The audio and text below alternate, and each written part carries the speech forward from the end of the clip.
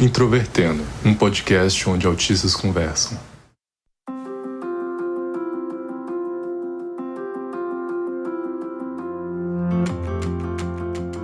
Um olá para você que escuta o podcast Introvertendo, que é o principal podcast sobre autismo do Brasil e que a cada dia tenta ser mais acessível.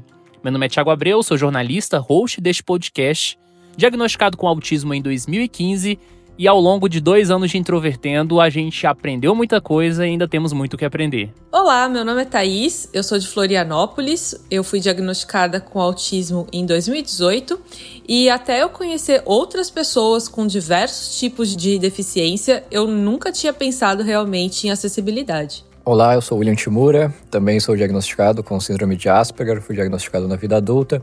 Faço mestrado em informática na educação, então estou sempre pensando como tecnologias podem auxiliar para a acessibilidade de pessoas com deficiência. Falar de acessibilidade é algo bastante complexo, então neste episódio nós vamos focar principalmente em ações de acessibilidade na internet, que é o nosso espaço aqui na produção de conteúdo. E para você encontrar a gente com facilidade, nós estamos distribuídos na internet. Temos o nosso site, introvertendo.com.br, nossa página no Facebook, Twitter e Instagram é @introvertendo.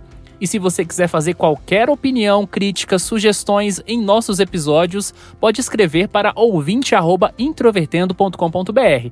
Além de tudo, também, se você quiser fazer aquele contato comercial, o endereço é contato@introvertendo.com.br. Se você quiser fazer algo além de nos ouvir ou mandar uma mensagem, você também pode nos patrocinar. Nossa página é padrim.com.br/introvertendo, lá tem várias recompensas, leia e nos apoie. Vale lembrar que o Introvertendo é um podcast feito por autistas que participam da comunidade do autismo, cuja produção é da Superplayer & Company.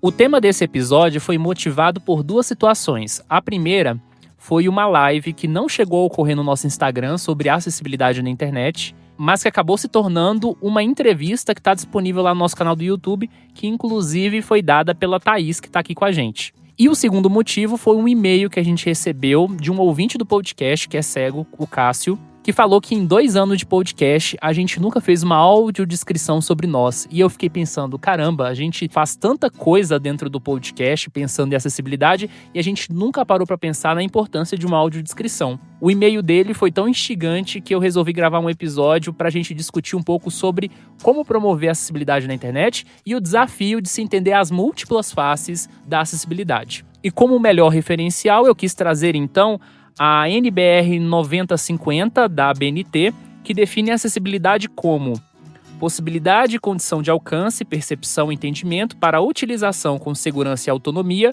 de espaços, mobiliários, equipamentos urbanos, edificações, transporte, informação e comunicação, inclusive seus sistemas e tecnologias, bem como outros serviços e instalações abertos ao público, de uso público ou privado de uso coletivo, tanto na zona urbana como na rural, por pessoa com deficiência ou mobilidade reduzida. Lembrando que esse documento é do ano de 2015.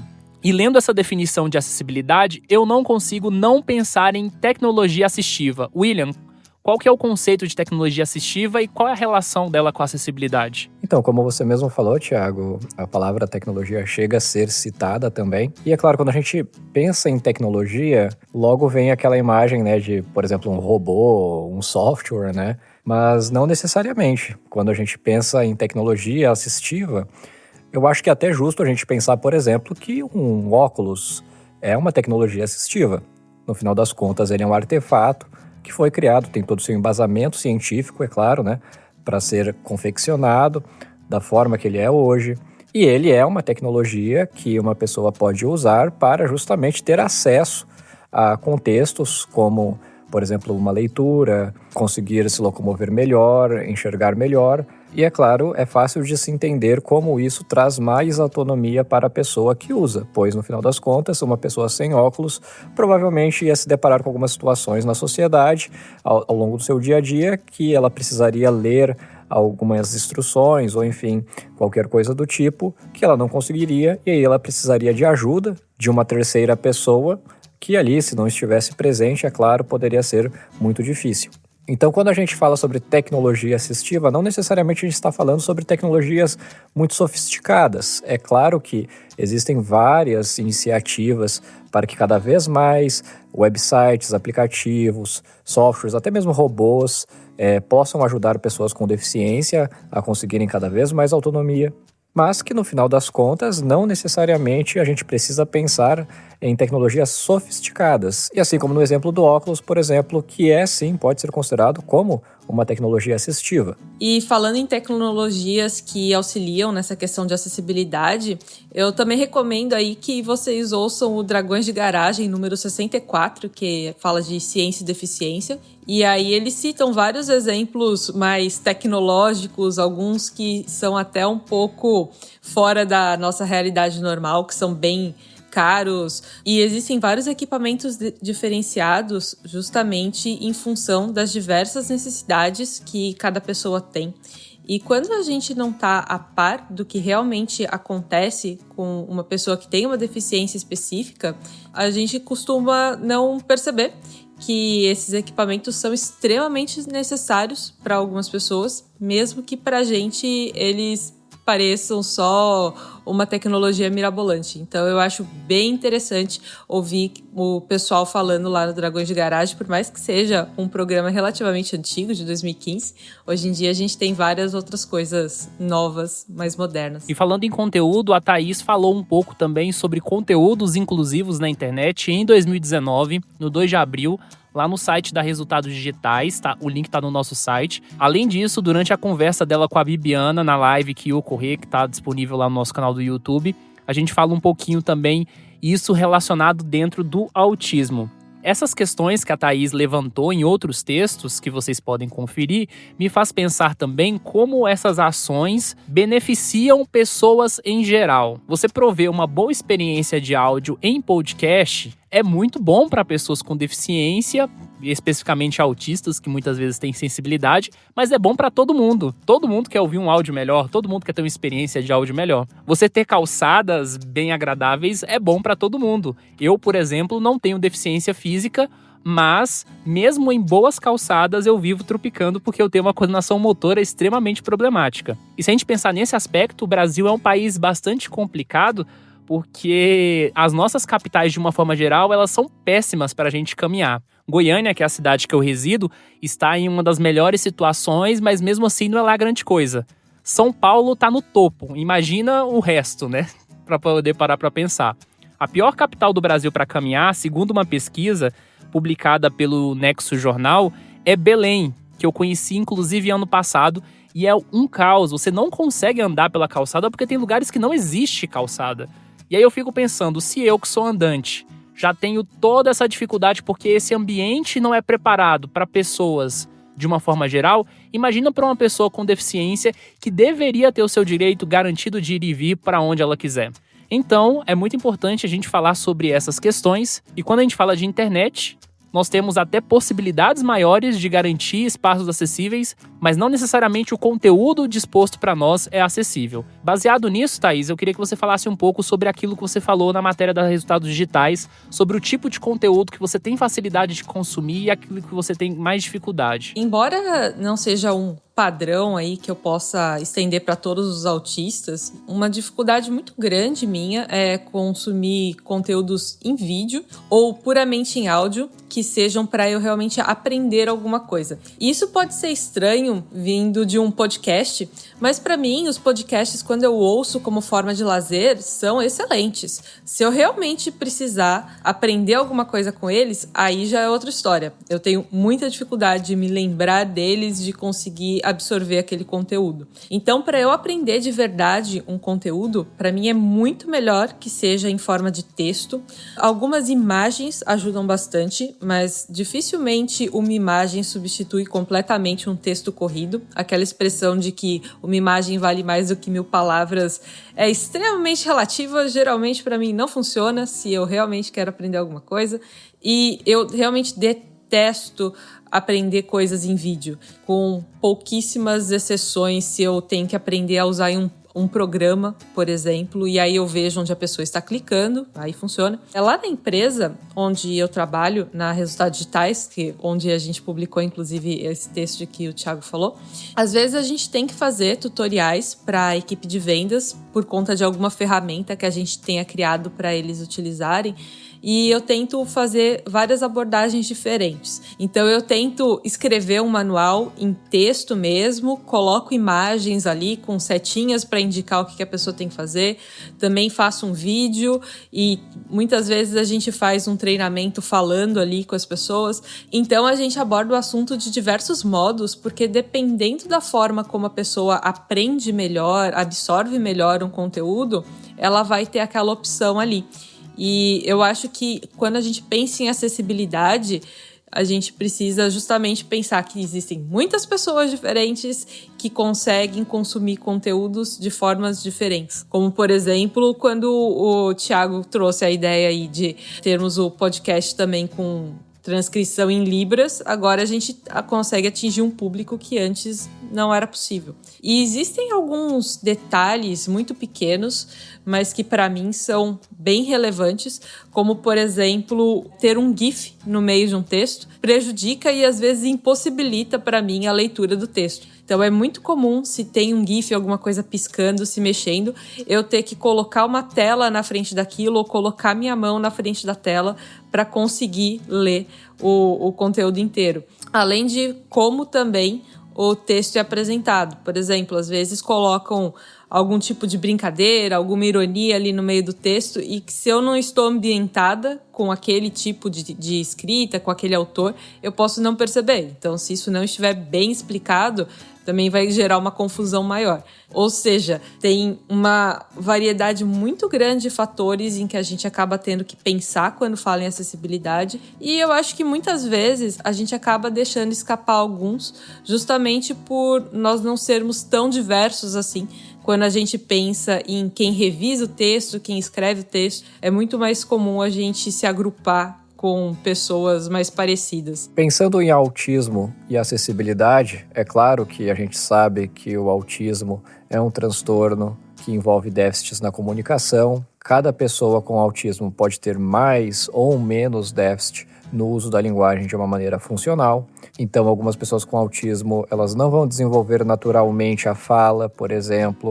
Elas vão precisar de intervenções educacionais mais específicas para elas conseguirem entender a linguagem e até mesmo, muitas vezes, se comunicarem de maneiras alternativas. Já que a Thaís falou um pouco das experiências pessoais dela, eu também lembrei de algumas situações que eu entendo que eram situações ali que eu acho que podem ser compreendidas como não acessíveis para pessoas com autismo. Por exemplo, na minha forma de autismo, no meu nível de déficit, que eu seria ainda considerado como uma pessoa que não tem déficit no uso da linguagem de uma maneira funcional, porém, que a gente sabe que algumas sutilezas da linguagem, muitas vezes a questão da ironia, do sarcasmo, ainda são mecanismos mais sofisticados do uso da linguagem, que muitas vezes, mesmo a pessoa com autismo que já é muito bem desenvolvida, ainda assim vai ter uma certa dificuldade com isso. Tendo isso em vista, eu vejo que muitas provas, por exemplo, com questões objetivas, frequentemente eu me via nessa situação que eu não sabia exatamente o que aquele exercício, aquela questão da prova estava me perguntando.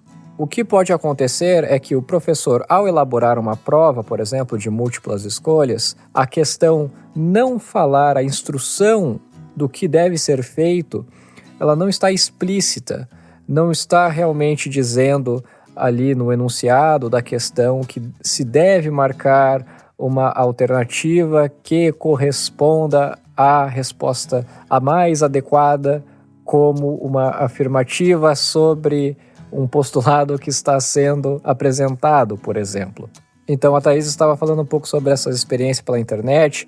Eu lembro que diversas vezes, enquanto eu fazia a faculdade, os exercícios do ensino superior pela internet, e tinha esses formulários com diversas instruções, e muitas vezes eu precisava mandar e-mails para perguntar o que exatamente era esperado que eu fizesse em determinada parte do formulário, porque parecia que era intuitivo para a maioria das pessoas, mas que para mim eu realmente ficava confuso, eu não conseguia entender o que era esperado de mim ali em determinada parte da prova, do exercício, e enfim, em diversas situações a acessibilidade também pode ser uma questão de fornecer instruções de uma forma clara. Eu achei impressionante você falando disso, eu nunca tinha relacionado essa questão de instruções. Era muito comum eu odiar questões de múltipla escolha, porque para mim geralmente ou tinha mais de uma certa, porque eles, sei lá, colocavam geralmente tal coisa. E eu li o geralmente e falava, tá, geralmente quer dizer na maior parte das vezes, não em todas. Então essa aqui eu acho que tá certa também. E as coisas eram mal escritas, as pessoas não liam de verdade, acho, as porcarias das questões. Então era muito difícil pra mim. Exatamente, Thaís. E isso faz total relação com o que o Thiago falou, que muitas vezes esses mecanismos que a gente pode interpretar como mecanismos de acessibilidade também acaba beneficiando até mesmo as pessoas que não são pessoas com deficiência. E no final das contas, instruções claras é desejável para todos. E compartilhando uma experiência pessoal minha do ano passado, enquanto eu fui fazer o Enem, por exemplo, ainda tomando como exemplo essa questão de instruções não tão claras, ao ir ao banheiro, havia um protocolo de checagem dos participantes do exame, que envolvia um monitor, um funcionário ali, né, da escola, que ele precisava passar um detector de metais pelo corpo do participante antes de entrar no banheiro para ter certeza ali que não se trataria de nenhuma fraude ou nem nada do tipo. Ok, até aí tudo bem. E eu me lembro muito bem que uma das instruções que me deram é que eu deveria levantar os meus pés. No momento que ele me forneceu essa instrução, eu não entendi exatamente o que ele queria fazer. É claro que sim, tinha aquele contexto, que ele tinha uma máquina de detecção de metais, mas ainda mais num contexto de prova, e a gente sabe que as pessoas com autismo podem ter uma dificuldade extra com essa questão da tomada de perspectiva, então eu não consegui realmente raciocinar ali tão rapidamente para entender que a função dele ter me dado aquela instrução era para que eu possibilitasse ele a detectar possíveis dispositivos eletrônicos nos meus calçados.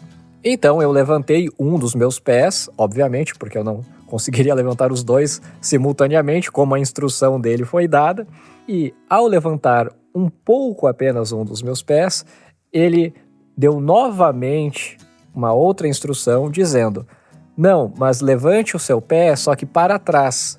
E eu fiquei mais confuso ainda, mas na verdade o que ele queria é que eu flexionasse o meu joelho de tal forma que o meu pé ficasse ali exposto de uma forma mais fácil para que ele pudesse possivelmente detectar qualquer tipo de metal, só que eu não tinha entendido isso através dessa instrução. Então eu fiquei realmente confuso, fiquei só estático olhando para o rosto dele e eu falei, poxa, eu não entendi exatamente o que você quer dizer. E acabou sendo uma situação um pouco chata, realmente, porque aí ele já começou a debochar de mim, ele já começou a ter que me mostrar mais ou menos como que eu teria que fazer. E, enfim, esse tipo de situação, posso dizer, e eu acho que é justo interpretar, que foi uma situação pouco acessível, por exemplo, para pessoas com autismo que possivelmente teriam uma certa dificuldade em entender o que seria solicitado ali sem um modelo apropriado. Eu já passei também por várias dessas situações que o William descreveu agora e eu acho bem interessante como muitas vezes a gente acaba se sentindo burro em algumas situações, a gente acaba colocando a culpa em nós mesmos, pelo menos comigo isso acontecia, de achar que o erro era meu. E algumas vezes eu chegava no outro extremo de achar que a outra pessoa é que era incompetente. Também é muito comum que um neurotípico não consiga se colocar no lugar de uma pessoa autista, justamente porque são perspectivas diferentes. E a gente tentar deixar a situação o mais claro possível e estar aberto a responder perguntas e muitas vezes a perguntar também, mesmo que se sinta um pouquinho idiota de vez em quando, mas isso costuma ajudar bastante. Para mim, pelo menos, ajuda bastante. E chegou ao ponto central do nosso episódio, em que nós aqui do Introvertendo vamos falar um pouco sobre o que fizemos ao longo desses anos e o que aprendemos nesse processo, porque promover isso também é uma questão constante e que trouxe alguns insights bastante interessantes. Como eu sou a única pessoa que está aqui, que esteve no podcast desde a fundação, essa questão fica um pouco mais relacionada a mim, porque era eu quem gerenciava as mensagens de e-mail que nós recebíamos no podcast e também aquelas mensagens enviadas nas redes sociais. As primeiras queixas que nós recebemos, isso ainda em 2018, eram ouvintes reclamando do áudio, só que eu não conseguia entender explicitamente qual que era o problema do áudio. A primeira coisa que eu pensei é que talvez o áudio estaria mal editado ou com volume muito alto. A primeira coisa que a gente fez no podcast foi adaptar a edição, então utilizar menos trilha. A gente tinha muita piada interna, de certa forma, dentro do podcast. Por exemplo, eu escolhi uma música extremamente brega ou extremamente nonsense relacionada ao tema específico que a gente estava conversando, por mais sério que seja.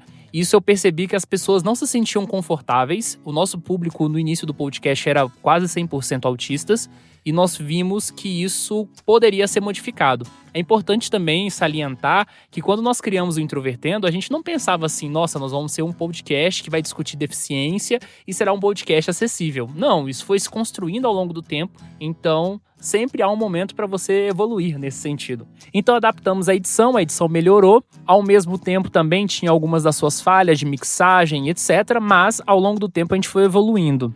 Mas não resolveu, a gente continuava recebendo reclamações, eu não sabia de onde é que vinham exatamente as reclamações, então eu comecei a fazer uma versão adaptada do episódio, sem qualquer música de fundo, que a gente publicava no nosso canal do YouTube. Quando nós publicamos a edição sem música de fundo, algumas pessoas falaram que foi uma medida muito legal, só que a gente continuava recebendo reclamações da edição. E aí eu fui entender que as reclamações ainda eram relacionadas aos episódios antigos.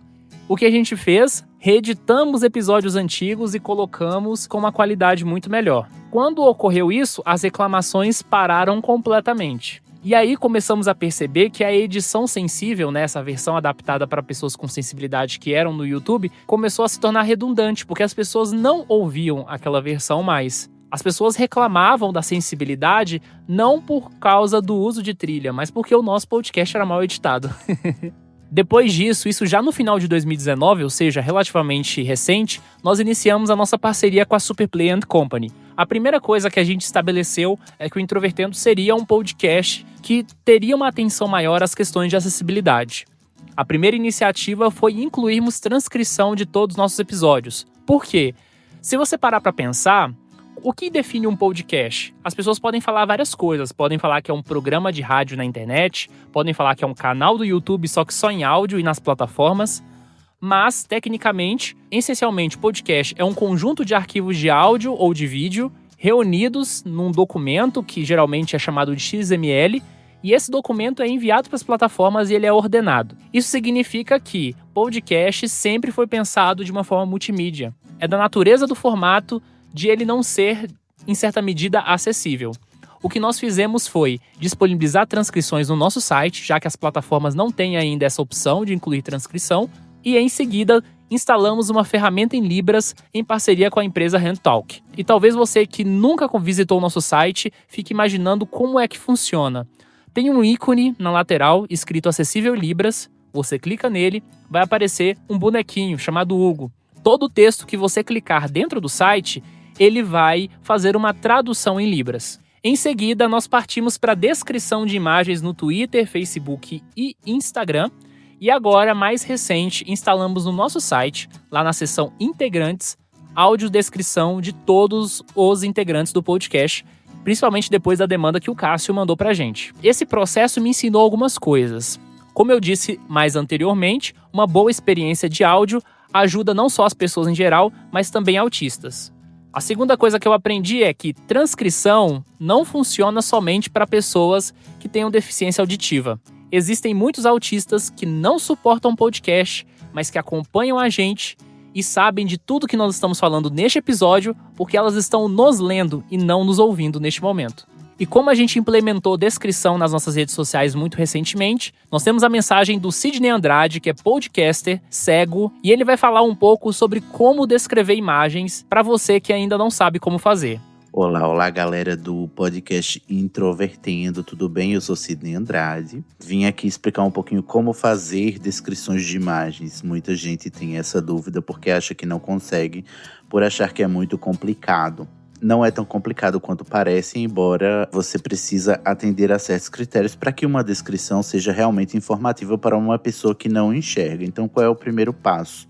É você parar e pensar que toda imagem informa alguma coisa. E daí você passa para os próximos passos, que são os passos mais práticos, que são os de passar a descrever a partir do que você vê.